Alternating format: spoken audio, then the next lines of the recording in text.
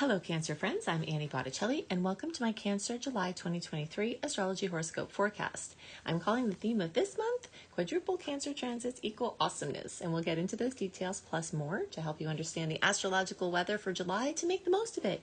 It's also birthday time for many of you, so happy birthday to any Cancers who are having their birthday. Well, really all Cancers if you've recently had it or upcoming. It's a very special time of the year. This is for you if Cancer is your sun sign, your moon sign, your rising sign, or any other Cancer placement that you're listening for. What I'm going to talk about here is part of your astrological picture. And if you're a very late degree Cancer friend, so birthday from around July 15th through the rest of the sign, or degree like 23 degrees through the rest of the sign, I suggest you additionally listen to my Leo report, since your very late degree friends will benefit from both readings. Okay, so we're going to dive into these Cancer placements, plus the new moon, which we'll talk about. But first I want to give you a couple of pieces about the astrological climate that will be very relevant. For the first time in a long time, we have more salty aspects compared to sweet ones. This isn't everything, but it is something and we will feel it, okay? These are nuisance transits. They're not a big deal. They're not the huge clashes. They're just like flowing along, road bump, flowing along, road bump, flowing along, road bump. And when you know about that beforehand, just like when you're on a street that has road bumps, you don't get caught off guard. What happens if you don't know that there are the speed bumps on a road? Then you wind up hitting it and then cursing, and your car, gets all jostled, and, it's really stressful. More so than if you know that they're there, right? So I'm telling you that they're there. So you can go slowly and maybe even enjoy the wee underneath the bump, over the bumps.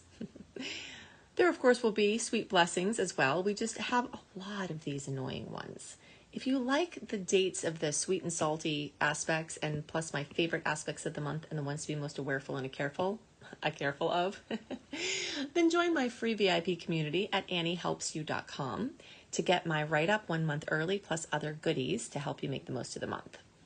All right, the next thing something that I'm excited about, which is we are having a break from eclipse season. The April and May eclipses carried a lot of intensity even into June, but now in July and August, we get to integrate. We get a little break to integrate the radical changes that may have recently been introduced, or the return to the storylines that have been in process for the years since the end of 2021 when the Scorpio-Taurus eclipse cycles started, and plus we started a new eclipse cycle. If you want more insights into what those April and May eclipses are about and the themes that are at play, because they are still at play in the backdrop, then you can re-listen to the April and May reports, and I dive into that and plus give you resources to better understand those. But for now, for this month, what we need to know is we've got a little break, and that is exciting. One of the biggest stars of the show this month is Venus retrograde. We'll talk about that more later. But I just want to mention it as a dominating force for this month because Venus rules love and relationships, beauty and aesthetics and design, money and finances, comforts, and all of that's going backwards. So this is going to be a time where blessings and challenges from the past can abound, and any challenges that come up in those arenas have a really great chance of being resolved so that you don't have those problems in the future. And sometimes it just brings wonderful stuff from like fruits of your labor from the past. So if you did any work on your self-esteem in the past, you may see, great results now. If you have worked on your relationship in the past, you may see that show up really well now. And if there's something that still needs to be worked on, that will also be revealed. All right, let's talk about these Cancer placements, then we'll get back to that Leo stellium. So we've got Star Goddess Juno bringing the energy of relationships, the Sun bringing warmth and vibrance and new beginnings, Mercury bringing communication, transportation, mobility, information. And then in the days around July 17th, we've got the new moon in your sign. So that's our quadruple Cancer transits equaling the awesomeness. Okay, so we'll take these a little deeper here. This 25 degree of Cancer new moon. So generally, except when we have a black moon, which is a second new moon in a month or a sign, generally we have one new moon in your sign a year. And this is it. So this is the beginning of a new 13-month cycle. And it's a culmination of the previous one, and ending off. This is a chance to affirm your wishes about home and family and housing and real estate, ancestry. Affirm those wishes to the universe. And this new opening will be there for all Cancer placements. But the closer you are to 21 degrees through 29 degrees, the closer to 25 is more exact, the more you'll get a kiss from this brilliant new moon. So that's basically the same friends who I suggested listen to the Leo report, plus we'll add a couple of days, so like around July 12th through the rest of the sign, and the closest to around July 17th. The more tight the orb, the more the influence.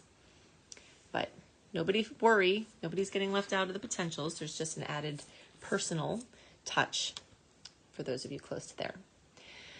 So we've got the new moon bringing new beginnings. We've got the solar return bringing new beginnings for those of you who are having your birthday. The sun is getting back to the same place that it was at when you were born.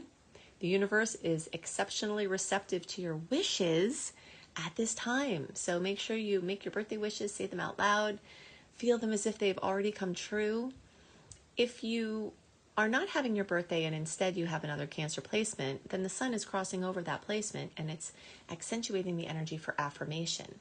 You can still make wishes at any time, but there is a special energy around wishing something. When we wish for something, it's a surrender.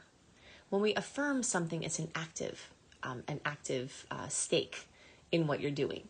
So the energy is especially good for affirmations when the sun is crossing over any of your Cancer placements. And it's especially good for wishing at the new moon and on your birthday. When Cancer placements are in process, they light up Cancer's first house of Aries. And this brings attention to your image, how you present yourself, what you look like, what you wear, what you call yourself.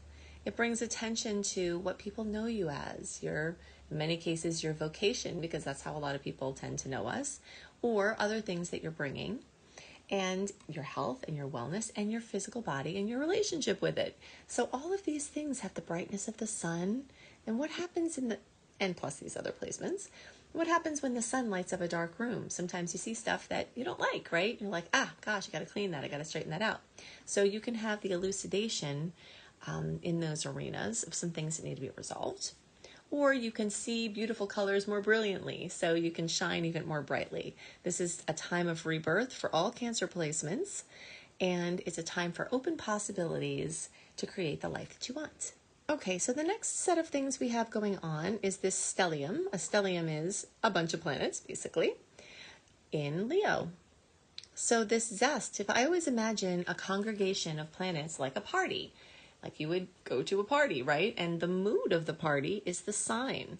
So we've got another stellium of placements in a Leo mood. These other placements are in a Cancer mood, right? So what does that bring? It brings this desire for emotional connection, for comfort, for having shared experience with others, for nesting and creating sacred space. So there's that kind of mood of that grouping. And then there's a simultaneous party going on, and this mood is zesty. This wants to party and have fun and be creative and just light up everything. It also wants brilliant self-expression, and it wants to be seen and to be heard. And we've got a lot of layers of this party. So if you imagine every placement that's here, now, if you want to have visuals and you are not listed, or you're not on the YouTube version and you're on the podcast version, you can go to YouTube, search for Annie Botticelli, find my Cancer July 2023, and you can get the visuals. Every other month, I have the charts on the screen, trying to keep everybody happy. If you don't want to see the visuals, you can just scroll down on the screen and make, the visual part disappear and just listen, or you can find the podcast version. I'm on Spotify and everywhere else. Okay. So back to our Leo party. This Leo party is bringing a lot of enthusiasm and creative flow and zest and impetus and readiness and ambition in general, but especially to your money sector. This is highlighting your second house. And the second house rules money and finances and self-sufficiency, including gardens, gardening, your ecological footprints, anything having to do with your self-sufficiency is being lit up here. And we've got this huge party centered around your money and your self-sufficiency and your material things. So this could bring to you new paradigms in how you manage your money, because these placements all have their own story. So Lilith brings things that were under the surface that want to come out. Maybe a hidden talent, maybe anger or opinions, maybe regrets. So there's a healing, clearing process going on in this section. Mars is here for a little while longer, and Mars is bringing focus and obsessive passion towards this sector. Pallas Athena is bringing your spiritual warrior self, your strategist. She is the more calm, strategically oriented sister of the war god Eris. And although she's quite a warrior herself, she has a different way of doing things through strategy generally. Although she will occasionally lose her temper and turn somebody into a spider or something else. In mythology, this has happened when various people annoyed her. But for the most part, she focuses on strategy and uses her wisdom. So all of this is centered around the second house of earned income. And then, of course, you've got this Venus retrograde. So Venus is going to be retrograde from July 23rd through September 4th, with the pre-shadow period starting June 19th and the post-shadow period going through October 6th. Very long transit. And all that time, it's going to be lighting up your second house. So all retrogrades tend to bring a reconsideration, in other words that start with the prefix re, in the matters of the sign and house that the transit is going through. And the retrogrades bring this focus inward and to the past as it relates to the present and future. So this is going to be a time when going back over things is a prominent theme. It always reminds me of the energy of the earthworm in the Ted Andrews books and card deck. When it's retrograde time, earthworms represent this energy of going back over soil until it's super fine and fertile. So this, going back over things. Oh, do I have to go back over this again? Yes, I guess apparently you do. And that could be for better or worse. This could be an old topic or pattern. Financial consciousness is a big one that tends to come up here, right? Because of all of this money stuff. You might have a storyline, maybe booms and busts. Maybe you're making good money, but you're spending it. Maybe you're not earning what you think. Whatever your story is, this earthworm energy of the retrograde is bringing it back. Right? So, in general, it's important to note that although re-examination of major issues is common and indicated, it's not always the best time to make life-changing decisions that are not fixable. So if you can experiment with something in a low-stakes way that could wind up changing your life, then that's fine. But if the stakes are high in a way that it could go terribly wrong and it could be non-reversible, that's not generally the things that work well with the retrograde. It's a good time to assess and research and work in the backdrop and experiment without long commitments, or stay the course with what you're doing. So Venus rules the second house that it's going retrograde in for you. And so there's more oomph to the retrograde in this house because of that connection. Spending habits, values, financial priorities, sustainability, material assets, security, all of those things are going to be coming up, not only for July, but also this entire time frame from June into October. So your relationship with money will likely come in. For some people, a decrease in income, where you see those patterns come up, right? Where you get tested, you get to push through some things. And for others, it could be a windfall where money is just showing up from everywhere. That raise you were supposed to get, that money that someone owed you. It could be really quite something. So there are some great questions to ask during this time. Do you have a budget? Is it working for you? Are you in debt? How can you shift that? How are your financial circumstances? Are they sustainable? Are you saving money? Should you start? Are you wasting money? Do you want to have more luxuries? Do you want to live more simply? Do you enjoy how you're making money? And this is a very big question, because since Leo rules enjoyment and Venus rules making money, the question of, are you enjoying? Are you enjoying what you're doing, and is it sustainable, is definitely going to come up. Now, this might be a time where you start to educate yourself in ways that can help you to prepare for changing careers or directions.